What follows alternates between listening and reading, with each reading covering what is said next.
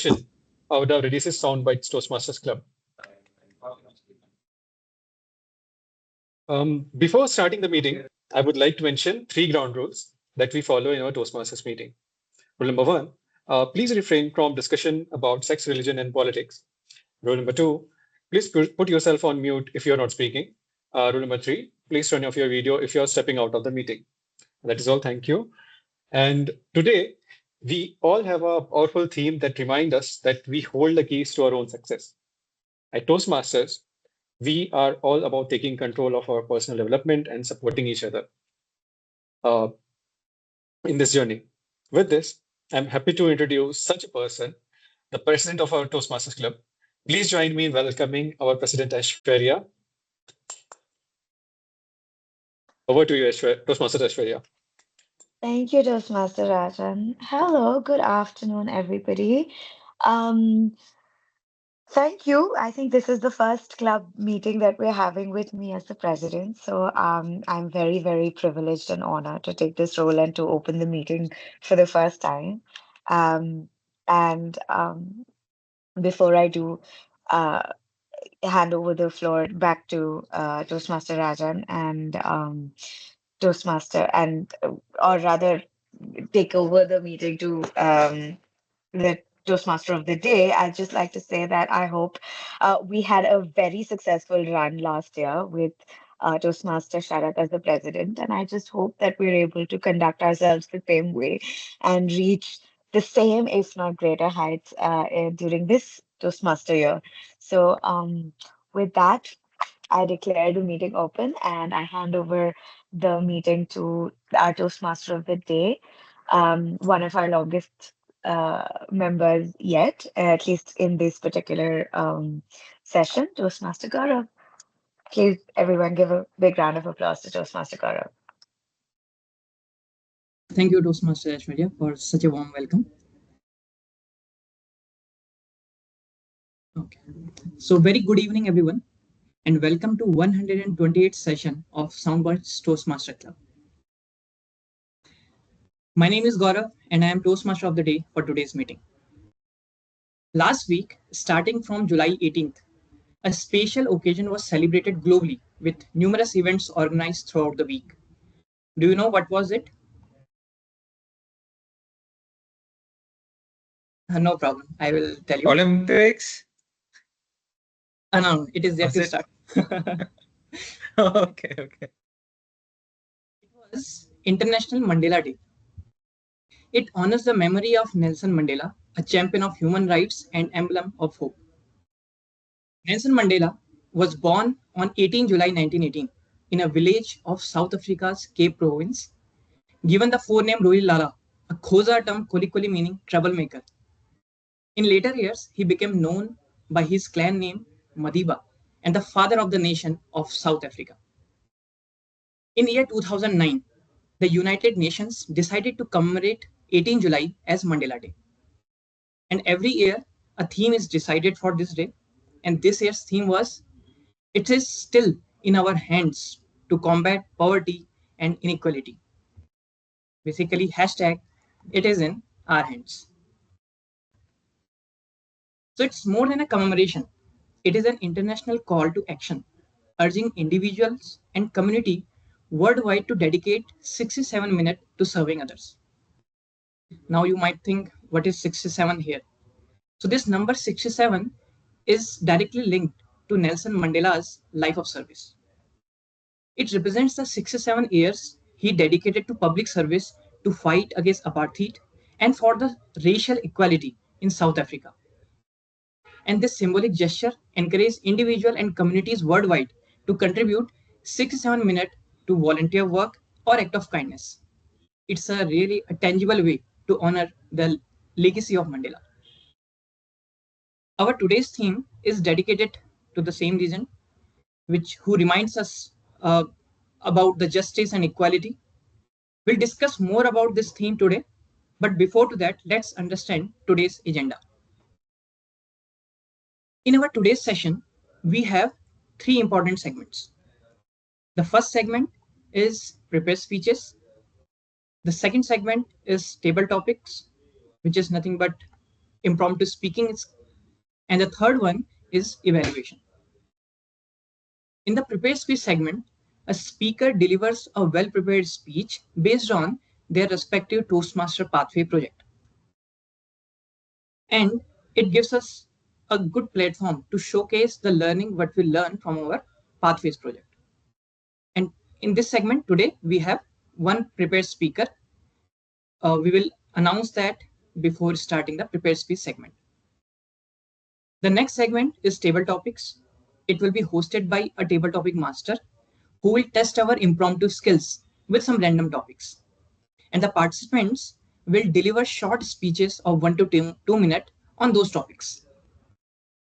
While it may seem daunting to few, but I assure that it is highly enjoyable.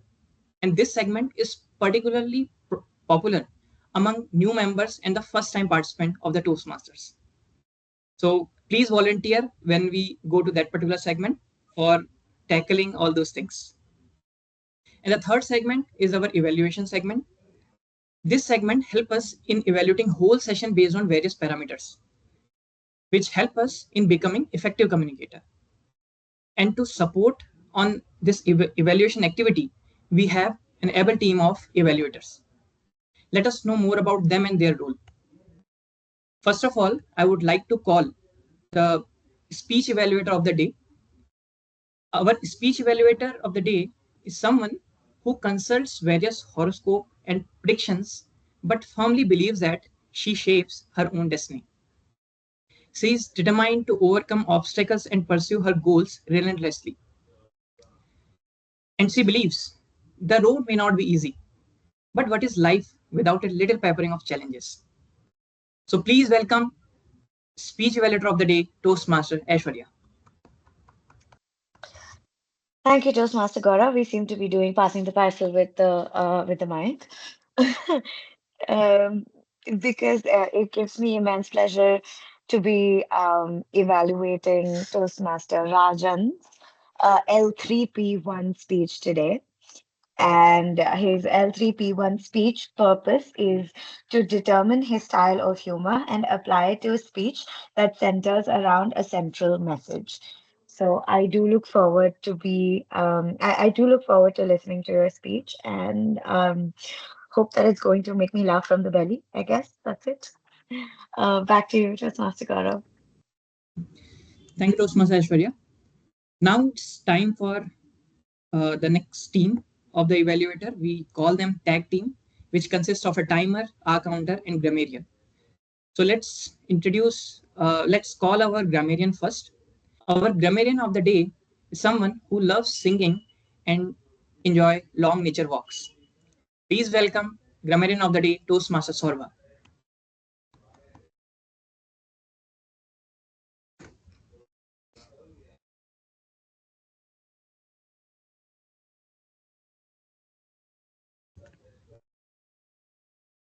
Saurabh, you're on mute. Oh, sorry.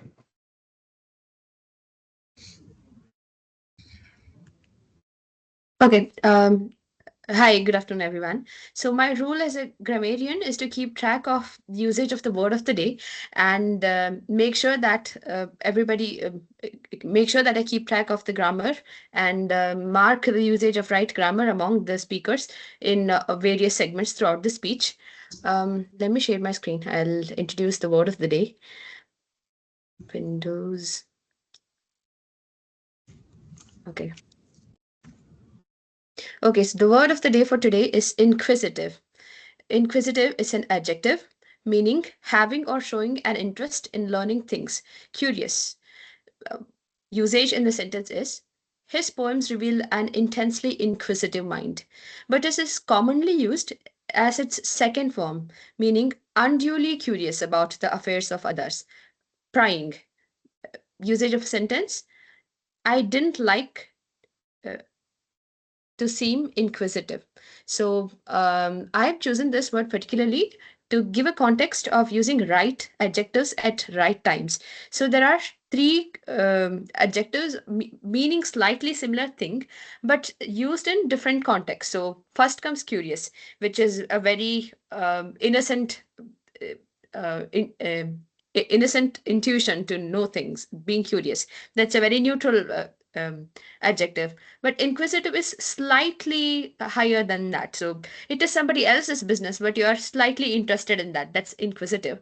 But prying is invasion of someone's privacy, being intrusive, trying to know everything about somebody else. So that is prying. So being interested in what is not one's personal or proper concern.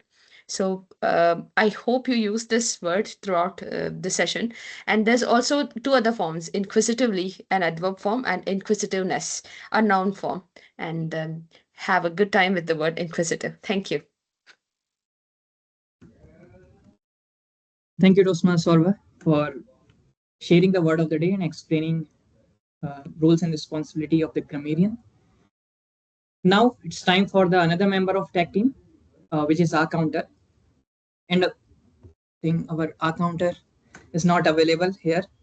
So I will explain the roles and responsibility of our counter, and once Avinash join, he can take it forward. So our counter of the day is Toastmaster Avinash, and the role and responsibility of our counter is to note the words and sounds that are used as crutch or pause fillers by anyone who speaks. During the meeting, he will listen for overused words, including and, well, but, so, and you know. He will listen for filler words, including and and he will also note when a speaker repeats a word or phrase, such as I, this means, this means. And at the end of the meeting, he will share the report uh, about how many times we have used the crutch and filler words. So this is the role of an R counter who basically help us in becoming a better speaker. And just one more point, this R counter role encourage everyone to use the pauses rightly so that instead of using the filler, you can utilize the pauses and deliver your statement without any crutch or filler things. Okay, now it's time for the last member of our tag team. It's a timer. So our timer of the day, she recently developed a passion for cooking, embarking on a delightful journey of exploring new recipes and experimenting with flavors. She is also an avid reader, constantly diving into diverse subjects to expand her knowledge. Another interest of her lies in organizing and revitalizing spaces with fresh ideas, finding immense satisfaction in transforming cluttered area into neat. Lastly, she has a deep-seated passion for travel, relishing the opportunity to explore new places, immerse herself in diverse culture, and forge meaningful connection with people along the way. So please welcome our timer of the day, Toastmaster Pranali. Hi all, good evening. So my role as a timer is to diagnose the timing, how everyone is doing with the prepared speech as well as with the table topics and during the evaluation. So for prepared speech, the allotted time is 5 to 7 minutes, and I'll be showing yellow card.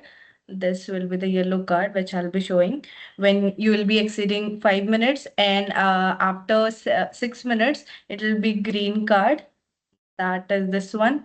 And after 7 minutes exceeds, this will be the card which will be shown, that is red card. And for evaluation, the allotted time is 2 to 3 minutes. Just to correct, first you have to give green, then yellow, and then red. Okay. Yeah, sorry. Green for 5 after you exceed 5 minutes, and yellow after you exceed 6 minutes, and red after you exceed 7 minutes. And for evaluation, the allotted time is 2 to 3 minutes. So after 2 minutes, it would be green card, and after 2.5 minutes, it would be yellow card, and after 3 minutes, it would be red for the rest of the time. And for the table topics, the allotted time is 1 to 2 minutes. So after 1 minute, it would be green card, and after 1.5 minute, it would be yellow, and rest of the time after 2 minutes, it would be red until the speaker stops. And at the end of the meeting, I'll be sharing the reports with you all. Yeah, over to you, Gaurav. Thank you, Tosma Pranali, for explaining the roles and responsibility.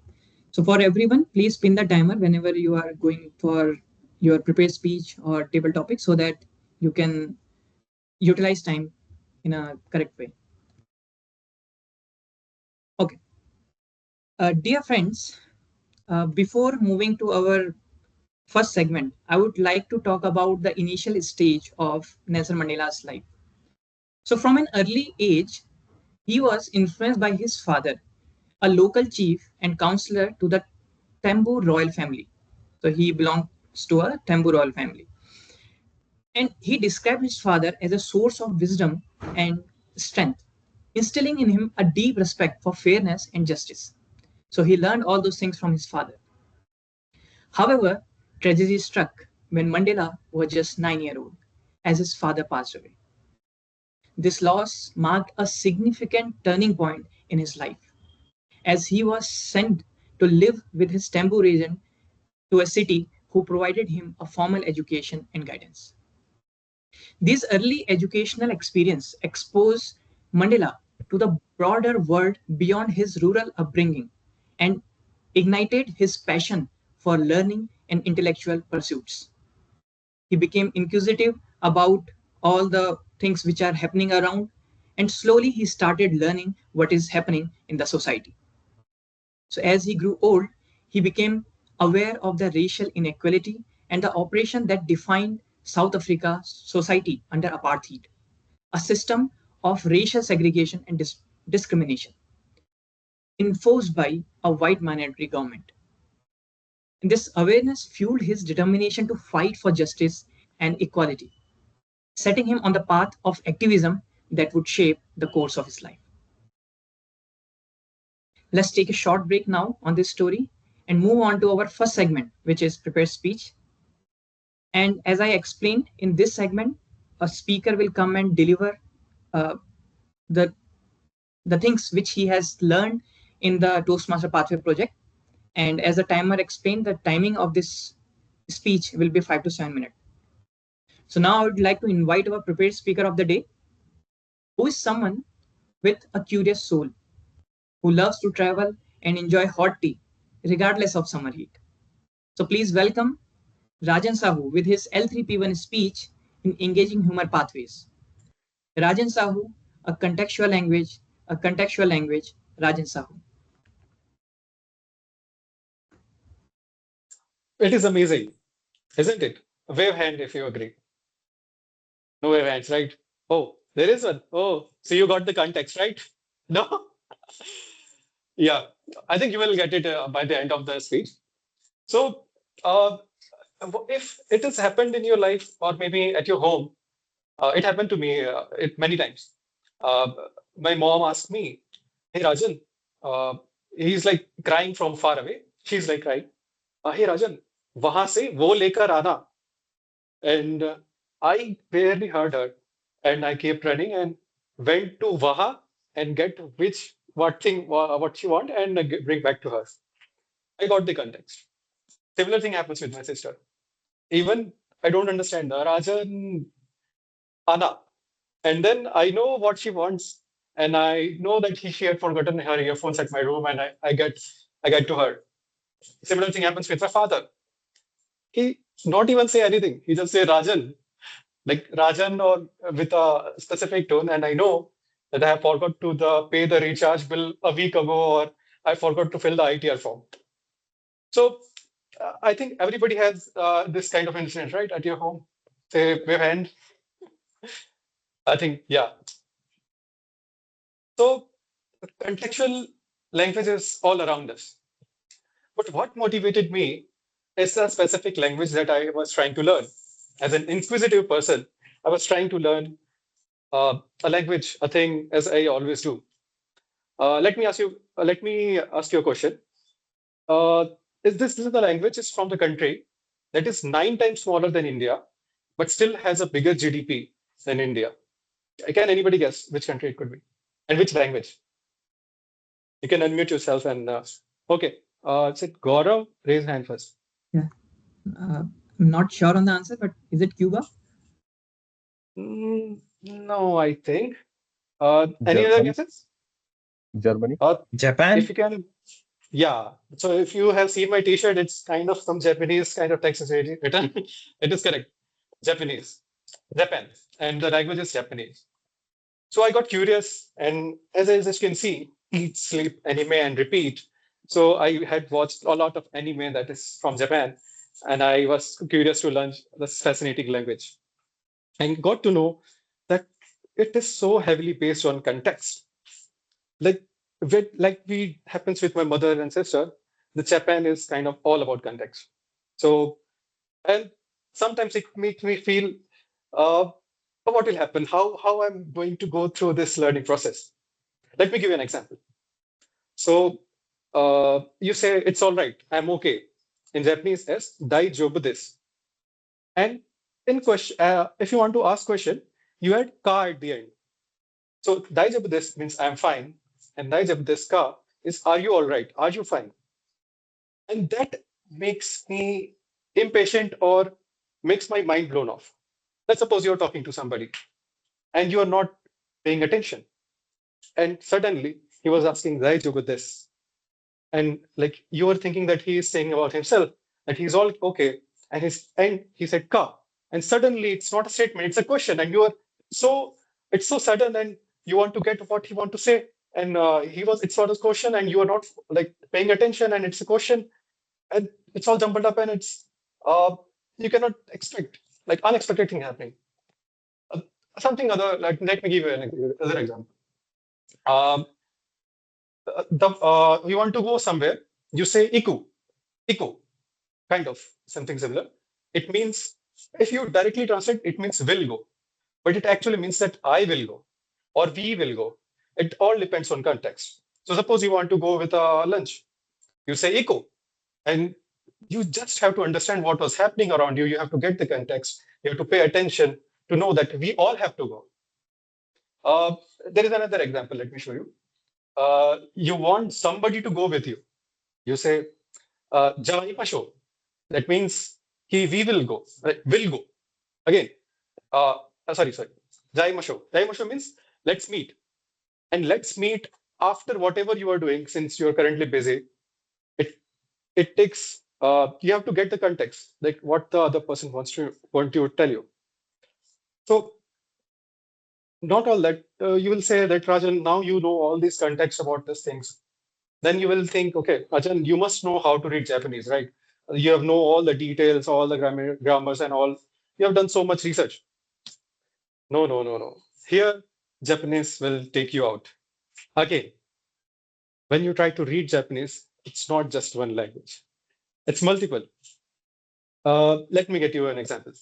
Uh, it In Hindi, we have one script that is Devanagari, but in Japanese, we have three scripts. One that is normal, that is used is hiragana, that is the basic, the normal Japanese. There is another called katakana that is used for foreign language, foreign words. Suppose, I think there is one example here. Here it is anime. I think you won't be able to see it. It's very small written here. So there's a different script for the foreign language called anime. And there is sleep here. That means, I think sleep means I forgot. But yeah, you have a different script for Japanese words as well. Now, in between, there are Chinese character in as well. Now you have Chinese in the mix. How does Chinese get in the way of Japanese? Now you have to learn Chinese as well? No. But let's suppose, Rajan, since you know all this again, you must have remembered all these symbols, right? Now you know the each character what it means, and you can read Japanese, right? No. Let me give you an example. Let's see if you can see it in this. Yeah. So this is Nihon. Nihon means Japan in Japanese, right? First verse is ni, second is hon. Now, here, let's say a different word. So this was ni, and the word changes to suyobe. That means Wednesday. Again, the ni becomes b at the end, the last character. Now, depending on the context, each character's pronunciation is changing. Now, so much depending on context, then this happens. Again, Here, the first character is Sui. The first character you can see, right? But when you took it out separately, it means Mizu. Mizu means water. Here it's Wednesday, it's Sui, and when water, it's Mizu. Depending on context, each character changes its meaning. Now, Rajan, you say like, now you have understand this much as well. Now you can at least write your name, right? In Japanese. No, no, no, no. I am taken out again.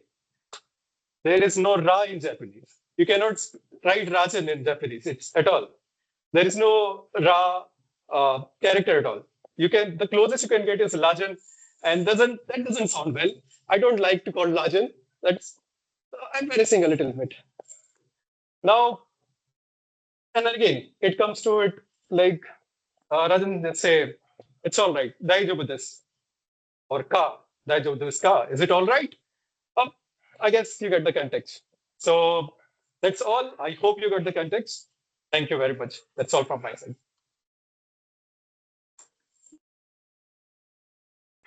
Thank you, Toastmaster Rajan, for delivering a very wonderful speech. And now I realize why many Indians or many people in over the world are watching a lot of animes. It's not about understanding whatever is coming in Japanese, but you have to just understand the context. You have to just understand the feeling, and then it becomes easier. Now I have got an inquisitive mind to watch another series of anime. Thank you. Thank you for delivering such a wonderful speech. Okay, so after such a wonderful speech, the next segment is going to be our table topics. But before moving to our next segment, let's talk a little bit about our current theme, which is about the Nelson Mandela. So before moving to the next segment, I would like to share an incident from his life that shows his inquisitiveness for the courage, justice, and equality. In 1964, Nelson Mandela and several other leaders of African National Congress were arrested in Rivonia, a suburb of Johannesburg. And this arrest followed a raid where they found some documents related to guerrilla warfare tactics. No one knows how did government got it, but you know how government can figure out things to find something there which is not there, right? But yeah, on the reports it is mentioned government finds some guerrilla warfare tactics related reports that leads to the charges of sabotage and the conspiracy against the apartheid government. But during the Rivonia trial, Mandela did not fear from the uh, circumstances and what will happen next. And he delivered a very powerful speech, famously declaring, I have fought against white domination. I have fought against black domination. I have cherished the ideal of democratic and free society in which all persons live together in harmony and with equal opportunities. It is an ideal which I hope to live for and to achieve. But if needs be, it is an ideal for which I am prepared to die. And this particular statement encapsulated Mandela's unwavering commitment to justice and equality, even in the face of possible death sentence for him and his co-accused. Finally, this trial drew international attention, galvanizing support for Mandela's activism and his movement against the apartheid government. Ultimately, they were not sentenced to the death, but they were sentenced to life imprisonment.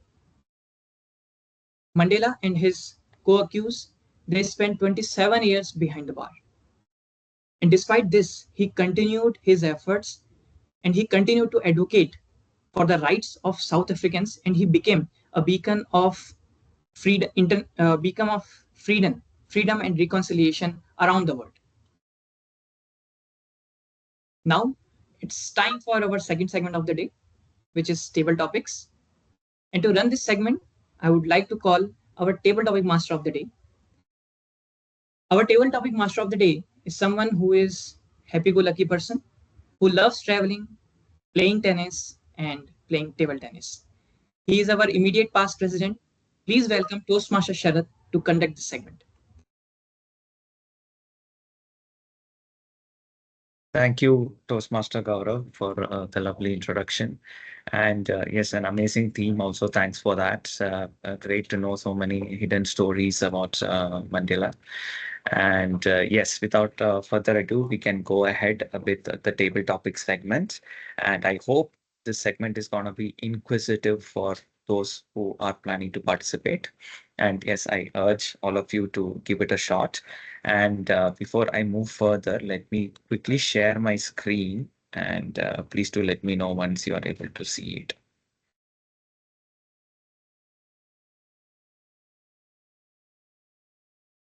Is my screen visible?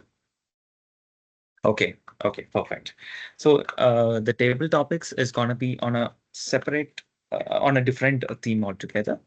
So this is all about challenging the norm, that is debating the popular belief.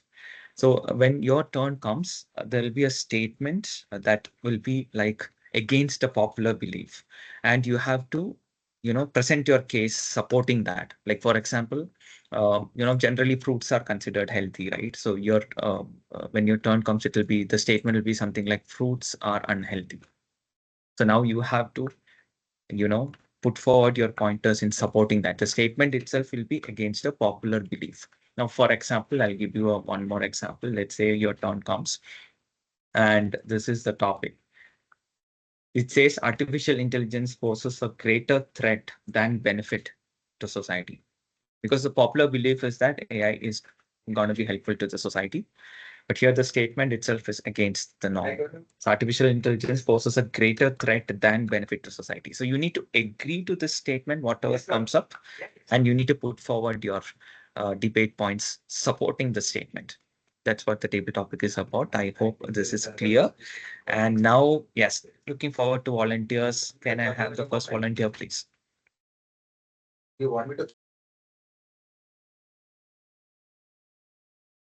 I see Shwet. Shwet, you want to give it a shot? I You're would on like to mute. go on second or third number.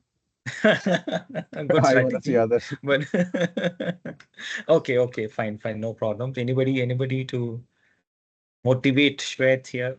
Can I have somebody? Yes, Aishwarya, thanks for that. I saw Sarba also, so we already have two in line. So Aishwarya, it's your turn. Please choose between slide number 3 to 8. I'll take slide number 5, which is topic number 3. Perfect. This is your topic.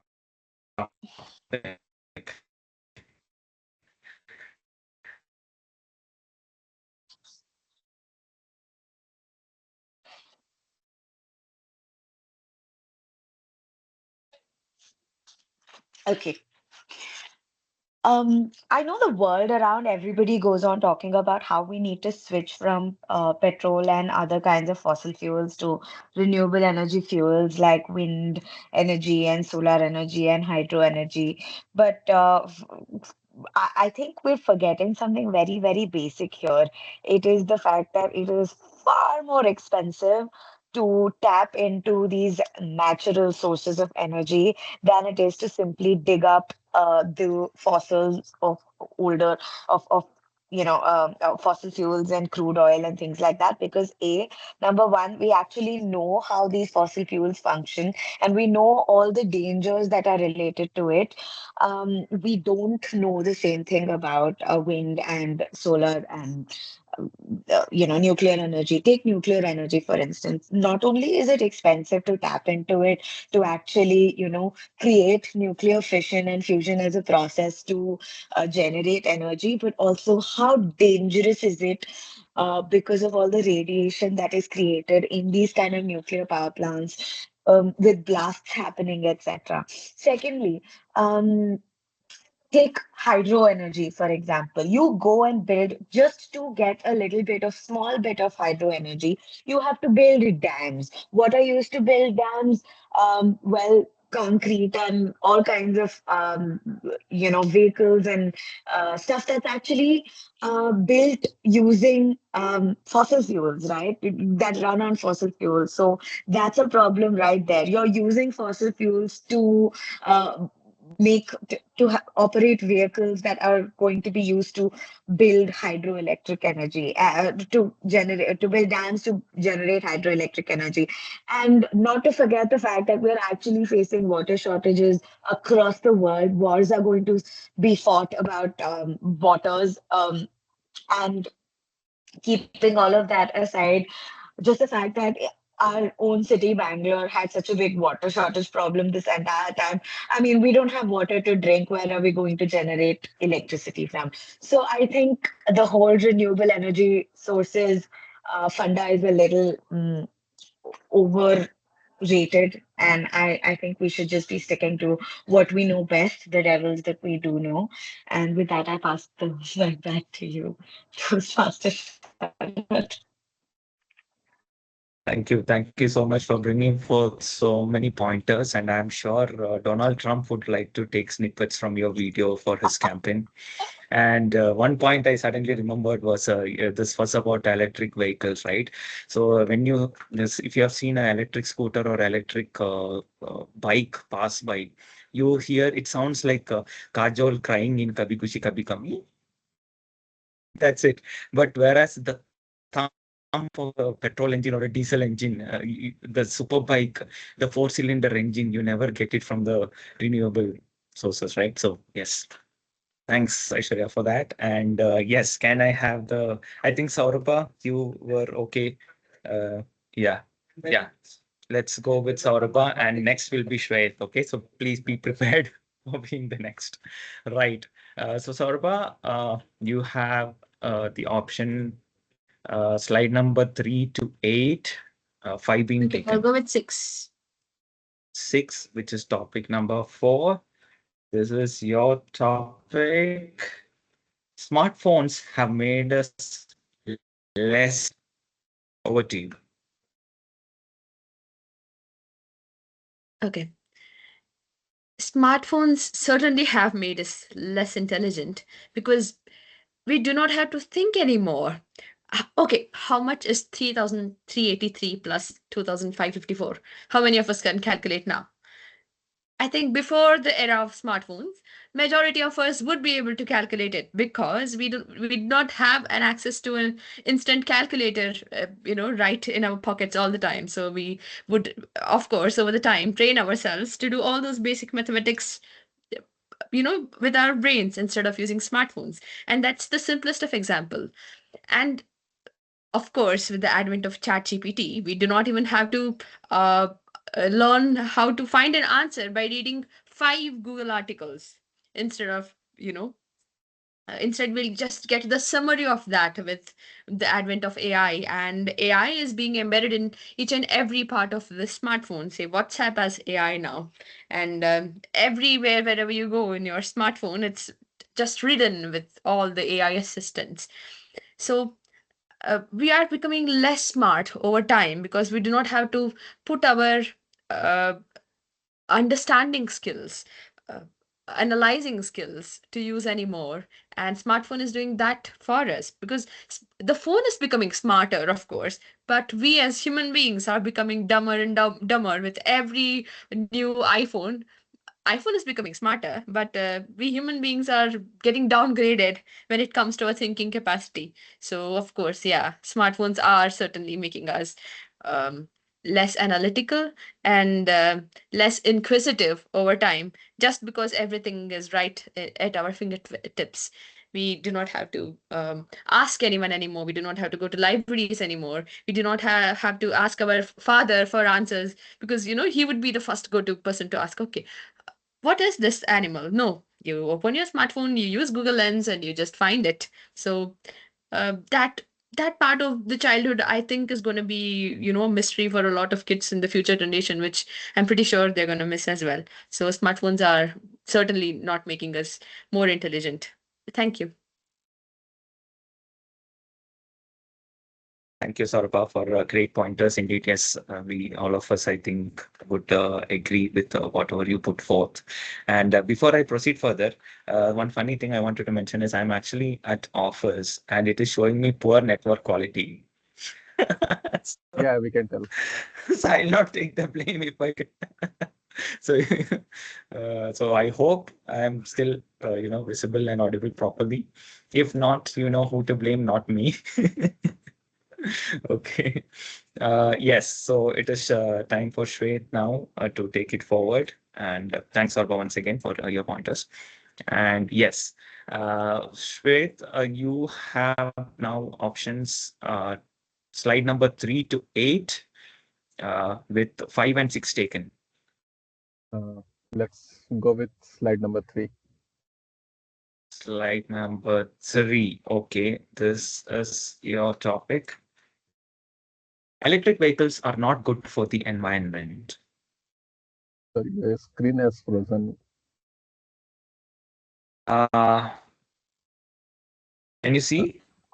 No? No. Could you repeat what was the? Yeah, so it says electric vehicles are not good for the environment. I Is it repeat, okay? electric Yeah. vehicles are not, good for the environment. So, according to the popular beliefs, everyone has come to think that electric vehicles are the future, but actually they aren't. The minerals that are used in the electric vehicles for their manufacturing, like cobalt, nickel, and other elements, and some rare earth elements, they are mined. They are mined from like Africa and other countries. If you can see the condition of those mine and the workers that work in the mine, you would change. You would change your thinking that electric vehicles are good for the environment, and not to mention that for the amount of like rare earth elements and other elements like cobalt, nickel, etc., that is required to make one electric vehicle. You can manufacture around 9 to 10 hybrid vehicles that runs on either hydrogen or a mix of petrol and electricity that produces electricity from petrol. You can make 9 of those, or around 25 of uh, ca- cars or other vehicles that run completely on renewable resources, sorry, non-renewable fuels like petrol, diesel, etc. And if you uh, uh, And not to mention, there's one more thing, like one more trend going on, that they are trying to fit in a solar panels and solar panels in the roof of the electric cars. Those are also not actually good for the environment, because solar panels or anything that goes into the battery of those vehicles are not actually renewable. They cannot be used again and again. Those need to be put into the dump yard after once they have been used. So yeah, that's it for me. Thank you. Thank you, Shwet. That was very inquisitive indeed. A lot of good information there. Of course, it was a lot of good pointers you have put forward. Thanks for that. And yes, now let's move forward to the next person.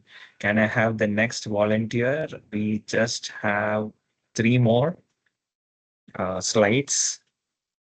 Rajan, yes, perfect. Yes. So it's your turn. We have options, slide number 4, 7, 8. Okay, let it be 4. 4. Okay, slide number 4. Here you go. Topic number 2 for you. Higher education is overrated and unnecessary. Higher education is overrated and unnecessary. Over to you.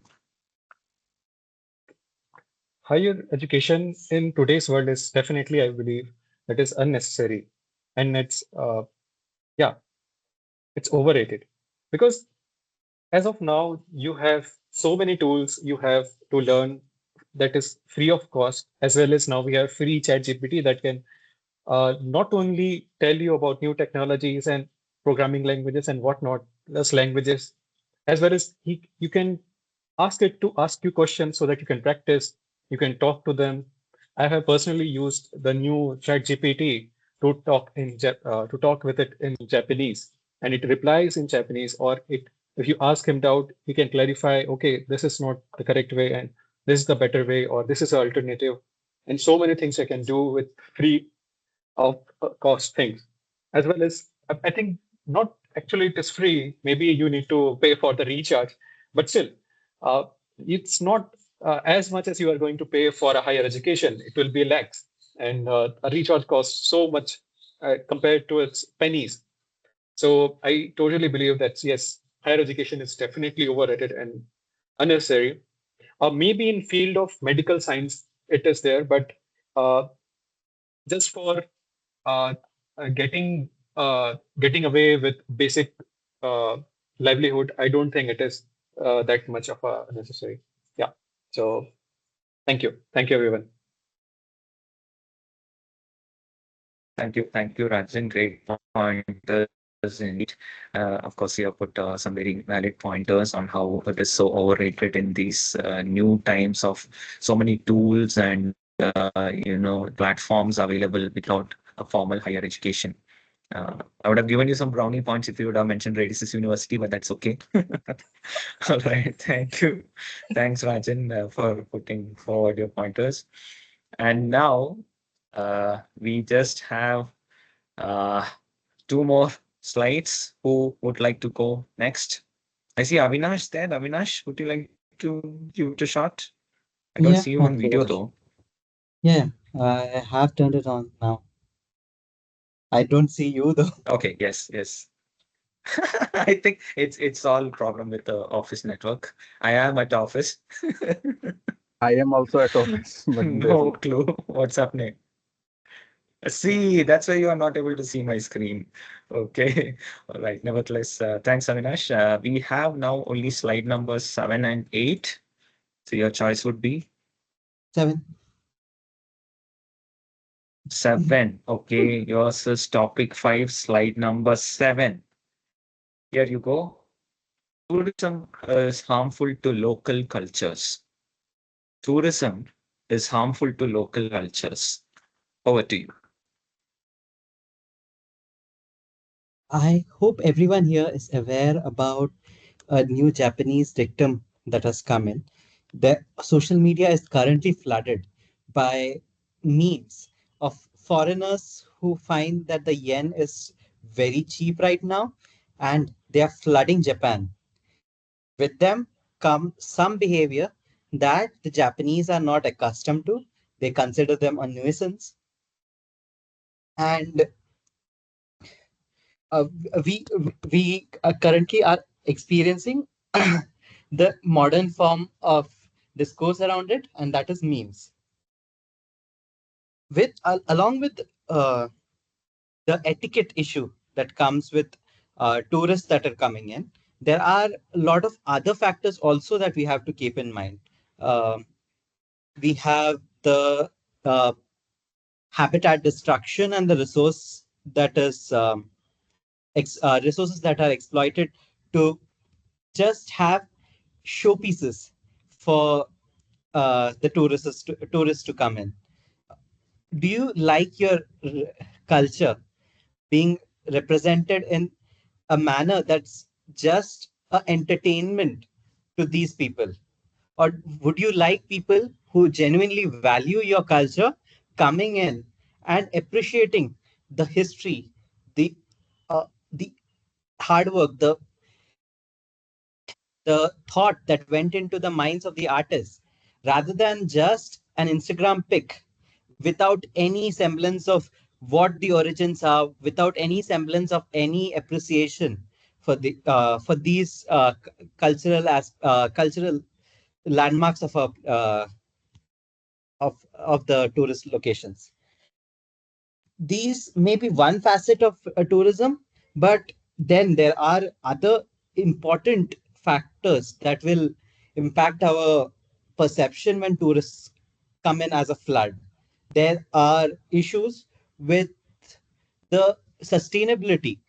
There would be locations which are just dense forests, which were uh, appreciated only by enthusiasts. But now, with hordes of people coming in because of one picture on Instagram, these have trampled over those meadows. These have taken away all the pleasure that an enthusiast felt taking the effort, the trek to reach these places. Instead, you'll find a paved road with all your services like McDonald's and Domino's at the peak of your hills. Not only they, not only are these non-enthusiasts uncaring about the environment, but they actively litter. They lead to this huge influx. Also carries a huge group of opportunists who come in trying to cater to their touristic souvenir fetishes. Is this what we are looking for, or are we looking to have the real uh, enthusiasts come in, the real uh, the people who care about the environment come in? That is a question that I bring into that I raise to everyone. Thank you. Thank you so much, Avinash, for bringing so many lot of pointers. And then, of course, yeah, this has been recently in news in India as well, wherein there have been restrictions put up for tourists in Ooty, places like Ooty, because of there have been so many over exploitation by the tourists. And then there have been restrictions in Karnataka as well when it comes to trekking. Some of the trekking places, there have been restrictions on total number of people who can climb at a time. So all these restrictions, yeah, speak volumes about the issues in this aspect. Thank you for bringing about some of the pointers there. Thanks, Avinash. And a quick Disclaimer: check. this is not my personal opinion. Yeah, of course. Thanks, Avinash, for that. Yes, so a quick time check. Do we have time for one more, or do we move ahead? Because I just have one more slide here. Do we have Yes, a I think we can volunteer? go. You can go ahead, right? Yes. So this is the final opportunity. So Pranali or Yeah, Gaurav? Yeah, I Pranali. would like to go Okay, perfect. Unfortunately, you do last. not have a choice. Yeah. Yeah, it's So fine. yours is topic 6, slide number 8. Here you go. The push for organic food is more about marketing than health. Over to you, Pranali. Yeah. Thank you, Sharat. So the push for organic food is more about marketing than health. I guess this is absolutely correct because whatever they call it as organic is not completely organic. Because recently I've heard one news where one person found like one finger inside Kellogg's box, which we call it as an organic and very healthy for us for consuming it. But when we see such news, it's like we cannot resist such things, and it can make us think that are we really consuming something which is really organic. Even on Blinkit, or if you are ordering any vegetables online, you'll be able to see different section for organic food, but we are not sure, like no one knows, right, if it is really organic or it is like it is really organic or it is not, because that's how they market it. When we see that we have something different than what we eat, that is what they call it as organic. And we get very inspired by such like very nice marketing skills which they do, like for example, by doing flashy like sketches as well as flashy pop-ups whenever you open up any website who are selling this organic food, and that makes any person to go and buy it, because we get very excited to like have it with us, because just because it is organic and we want to have it for our good health. And I think the advertising, how they are doing it, that's how like people are getting into that organic stuff, which is not actually organic. But if we'll have the same things homemade, we can actually call it as healthy one. Yeah, that's it from mine. Thank you, Pranali. Yes, even I had seen that news article along with the picture of that thumb or I think some finger on ice cream. That was yeah, shocking. And then yeah, what I also believe is what you mentioned, right? The false advertising is the main culprit here.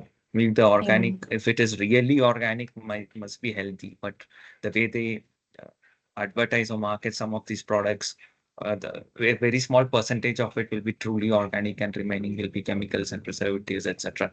So, I as you believe rightly only say, organic. Yeah, sorry to cut you. I believe yeah, only organic what is there actually present in today's world is the one which we actually grow by ourselves in front of our yes. eyes. Yes, absolutely. What we grow in the backyard or in the home gardens and home cooked are the only truly organic you can say at the modern times. Absolutely agree. Thank you for bringing about your points. And that's about it from the table topics segment. I hope it was inquisitive enough for all of you and hope all of you had a good time. Thank you very much for being a sport and volunteering. Thanks again. And now back to Toastmaster of the Day, Gaurav, to take this forward. Over to you, Gaurav.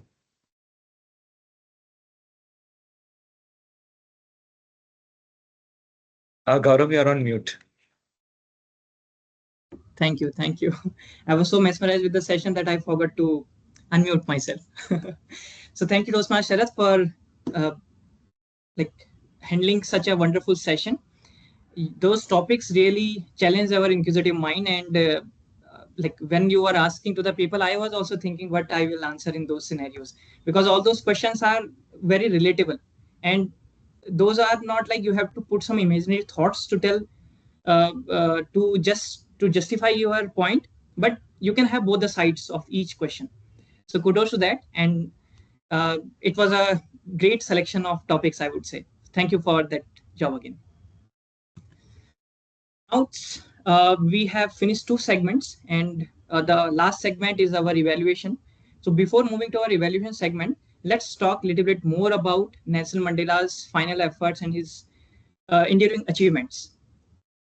Nelson Mandela's life after his release from the prison in 1990 marked a remarkable change in his journey. He was awarded Nobel Peace Prize in 1993 for his efforts to dismantle apartheid peacefully. And in 1994, he became the first democratically elected president of South Africa in country's first multiracial elections.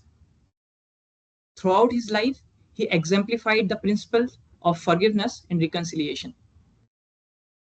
After leaving his office in 1999, he continued his efforts and advocacy for serious concerns like HIV/AIDS awareness and children rights and peace building. And finally, on 5th December 2013, he died at age of 95 after a prolonged respiratory infection. So these were a couple of key achievements what he got after a long struggle of 27 years, and he dedicated his 67 year to the public service of South Africa, and that is why on this Nelson Mandela Day, uh, not this year but every year, it is encouraged to contribute at least 67 minutes to welfare for the humanity. Now it's time for our third segment, which is the evaluation. As I already explained, this segment is something which help us in learning the skills which makes us a better speaker and effective communicator by understanding the nitty-gritties of the different parameters. So for that, let's welcome our speech evaluator of the day, Toastmaster Aishwarya, for evaluating Toastmaster Rajan's prepared speech. Thank you, Toastmaster Gaurav. Toastmaster Pranali, can I know how long Toastmaster Rajan took in his speech? He took 7 minutes 55 seconds. Okay, so slightly over time. Okay, thank you. Well, Good evening, Toastmaster. Rajan, firstly, a very big congratulations to you on having completed your L3P1 and starting your level 3 journey. Your speech was very interesting, the name being a contextual language, right? So it was obvious that from the very get-go that you were going to talk about how context affects language and communication. So I saw that definitely come out in your speech, even right from the beginning, when you gave instances about how you would communicate with your family and how your parents or your sister would give you um, very vague instructions on what to get or what to see and what to do. And you would somehow understand just because you were so tuned into the context of what was going on. So that was very interesting. And I loved that you had audience engagement because you tried to show us everything from what was written on your t-shirt. You asked us a question. You showed practical examples of what was going on with the phone and the different characters, the kanjis that were used. That's fantastic. I think the whole speech with the amount of educational content that was there for someone who's as much of a linguophile like me, I absolutely loved it. So it definitely increased the inquisitiveness in me to go and do a little bit of research because Japanese has always been on my list of languages to learn. So I might just, speed it up a little bit and increase, make it higher on my list currently than it is currently. With respect to some points of uh, improvement that I would like to see in your speech is number one, I think what was interesting was the purpose of your speech was to identify what your style of humor is and to use that in the speech with a central message. So what I thought was that you could have used the little bits of information that you gave about the um, how context plays a role in the Japanese language and maybe played around with it with the languages that we know. So I get that you use the word ka for making it a question, but ka can also be used in Hindi for various contexts. So if you're actually played around with the language with Japanese and Hindi or even English, the humor element of it would come out more because your pathway is at the end of the day engaging humor. In this respect, I would encourage you to speak to Toastmaster Sharath because I think he did this particular project really, really well. Now, I don't know if it was this project or it was a different project, but I remember one speech of his, which was titled, How Did You Do That? If I remember correctly. And it was a brilliant speech. If I can remember it 1 year later, and if I still remember what was going on, it was a hilarious speech. And because your pathway is engaging humor, it is important for you to inculcate humor and punchlines in your speech more often than you did in this one. Okay. Um, apart from that, apart from that, I think your speech could have been slightly better structured because there was a lot of information going on with very less that tied it back to the point of the context. So maybe that is another something that you can work on, which is structuring your speeches in a way that at the end of the day comes back to something you might have spoken about in the beginning. I would encourage you to take inspiration from stand-up comics and how they structure their sets because they do a very good job. And if you pay attention, they usually come back to a point that they spoke of in the beginning to end their set. So it's a beautiful circular, whole rounding moment. But that's about it. I think otherwise, the enthusiasm that you brought to the speech was fantastic, and I really enjoyed it. Back to you, Toastmaster Gaurav.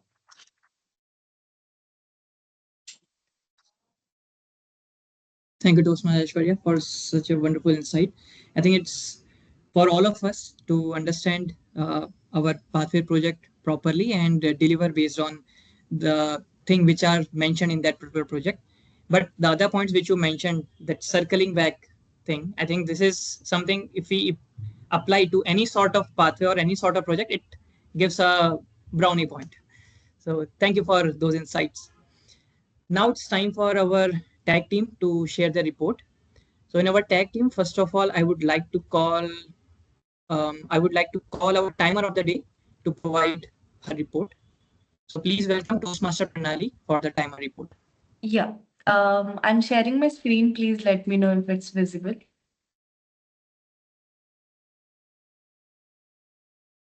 Is my screen visible?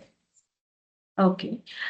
So talking about the first part of the today's session, that was speech, which was given by Rajan. So he took 7 minutes 55 seconds, which is little over time. And talking about the table topics, Aishwarya gave it for 1 minute 15 seconds, which is within the range. Saurabha took 2 minutes 18 seconds, which is little overtime, and Shwed took 2 minutes 10 seconds, which is again little overtime. I couldn't record mine. And about the Rajan speech, so he took 1 minute 13 seconds, which was within time. And Avinash took 3 minutes and 36 seconds, which was overtime. And talking about the evaluator, Aishwarya, so she took 4 minutes and 35 seconds. So it was little overtime. So yeah, that's all about the timings of for all the three sections. Yeah. Thank you, Toastmaster Pranali, for explaining the report. And it's good that you have showcased the report so that people can see the numbers and they can see what is the criteria also. So the next time they can improve. Thank you for that. Now it's time for our R counter of the day. Please welcome Toastmaster Avinash for sharing his report.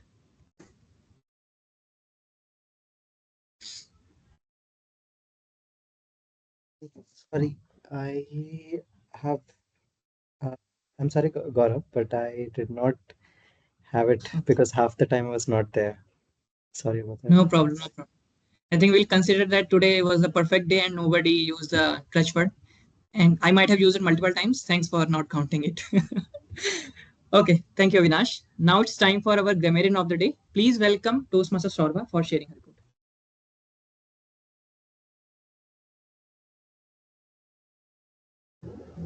Hi, good evening to all.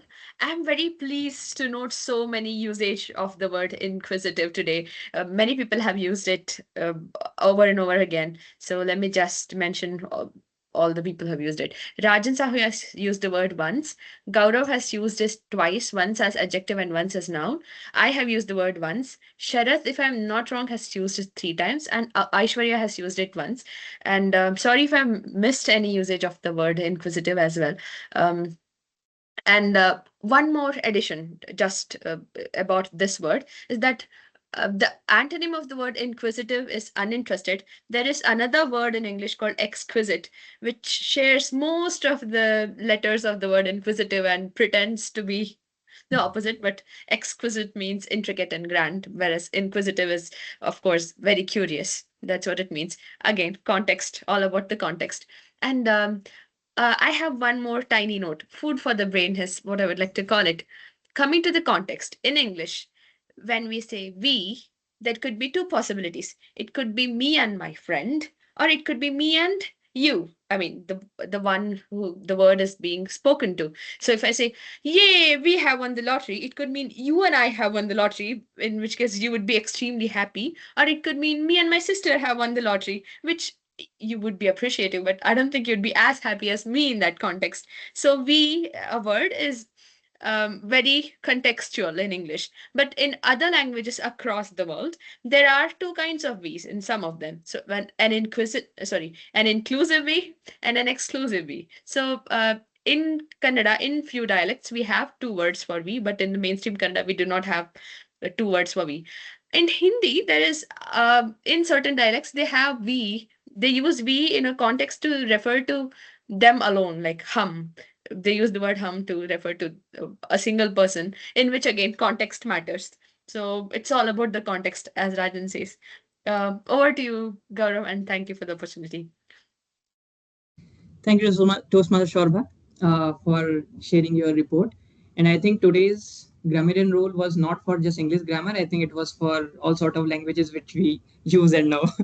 And that was expressed in Saurabh's report as well. Thank you, Saurabh, for such a wonderful report. So now, as we are at the end of our session, just to conclude, I urge everyone to honor Nelson Mandela's memory by committing ourselves to the ideals he fought for: equality, justice, and peace.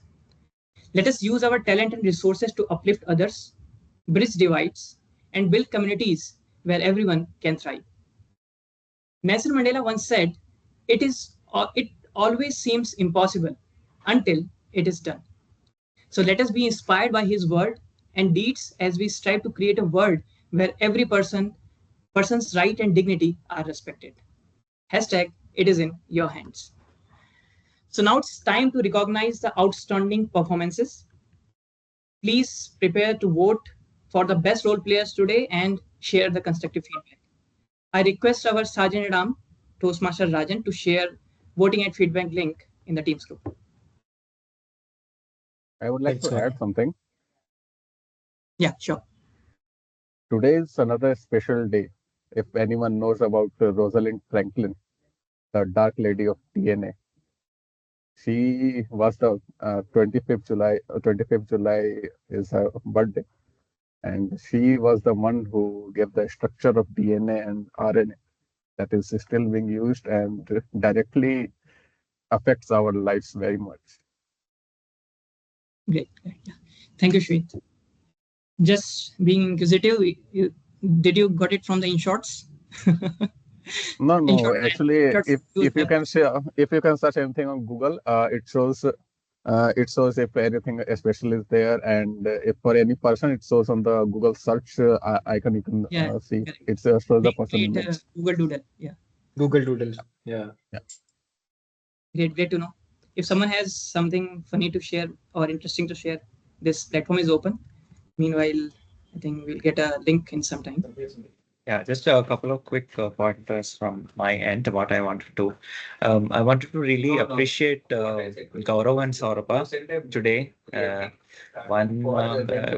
You did great job, Gaurav, with the TMOD. It's very interesting theme, and then how you connected, and even when it comes to role takers, you have went ahead and explained what kind of the role takers do, and then it was really nice to see how you managed certain unplanned events, right? When Avinash was not available, you immediately pitched in and spoke about what our counter does, and then when there was no report, and then how you took it in a humorous way and things like that. So, a really great job there, Gaurav. And Saurabh, I really loved your grammarian part today. So nice how you have connected back to the theme as well, how you kept very interesting and then funny also. Very nice. Love the grammarian part also. Kudos to that. And then I would like to appreciate Rajan also. I'm always very happy whenever I see Rajan deliver his speech, because I still remember how his first day of giving the speech, how he was struggling, and then and then how far he has come. So that's what all Toastmasters journey is all about. So kudos to you, Rajan. And then I really love the vigor and the drive you have in proceeding and moving ahead with your speech levels as well. Kudos to that also. Congrats on completing your L3P1, I believe, today. And then, yeah, looking forward to many more speeches in the future. But yeah, those are the things I have Thank to you say. so much, Sharat. I still struggle at the same level that I was at level 1, but I am get better at hiding it. So the struggle is the same. Correct. So Everyone those who struggles, think right? So that I'm it's all at about a new level, yeah, I'm at the this same is level, but better at That's what hiding it. fake it till you make it is all about. exactly. So the more levels, so this is the level of hiding, right? So I am Yeah. I'm going to More be a Telfy. reflections. Imagine what all I hide. Thank you. Thank you. Yeah. Just want to add one more thing. When Rajan was starting his speech with the contextual language, it reminded me very popular theme which we found few days back when people were discussing, many cricketers were discussing about the Rohit Sharma's habit. He always says like, "Ye se wo ho gaya," something like that. So Virat Kohli told in his one of the interview that Rohit Sharma is very famous for these kind of things. He will always say something. You have to figure out what he is saying, and then you have to give the understanding. So it reminded me that those memes when Rajan started his speech. Acha, by the way, I think two people haven't yet give their vote yet. I think I got 6 responses. I think two are yet to give. So those who have forgotten, please do.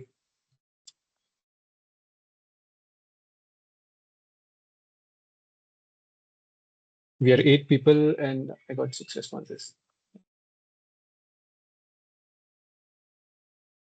So while we are waiting for remaining votes, I would like to just share some fun facts about Nelson Mandela's life.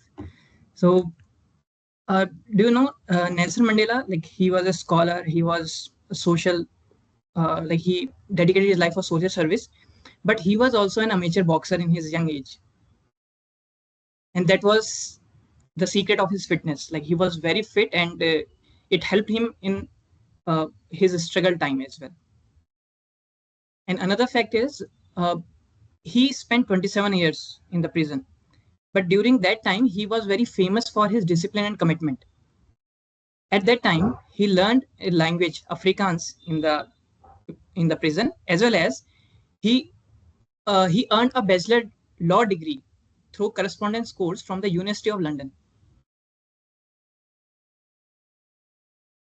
Wow, inspiring And indeed. there was one more thing, like I think there his autobiography is also there. If someone wants to read it, they can want it is they can read. It is Long Walk to Freedom. It was published in 1994 and it is translated into many languages. So that is also a very famous book about him. Long Walk to Freedom. Nice. I think we have got the results. Let me share my screen. Yeah. Let me know if my screen is visible. Yes, visible. So as you can already see, the best auxiliary role pair goes to Sorba, and yeah, congratulations, Sorba.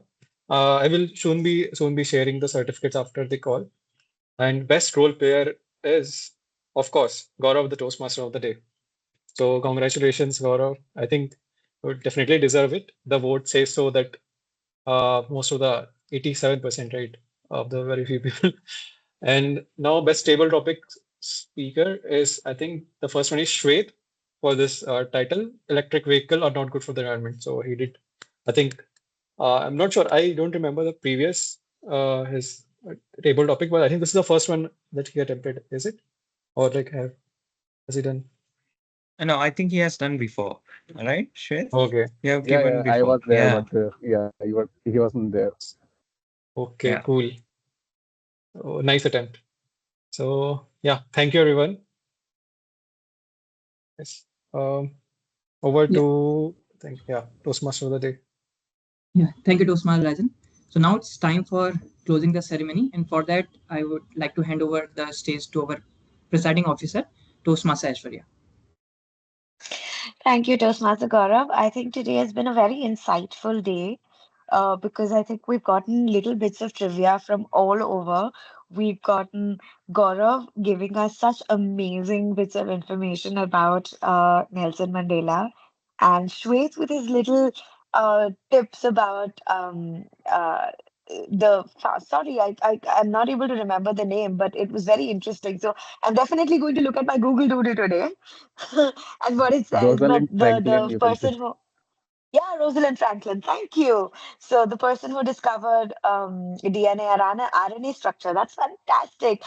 And all these little bits about the exclusive we and the inclusive we in different languages. And just generally, I think it's been such a beautiful and participative session with so many of us talking and giving little bits of information. I hope all further and future sessions are also like this with more and more participation. So please encourage your friends to come and participate, and even outside club members, please get them to come and participate. We have a lot of fun. So thank you, everyone. It's been a brilliant session, and I hope to see you all in the next one. And with that, I declare the meeting closed. Thank you, everyone. Thank you. Thank you everyone. Thanks, everyone. Bye. Thank you.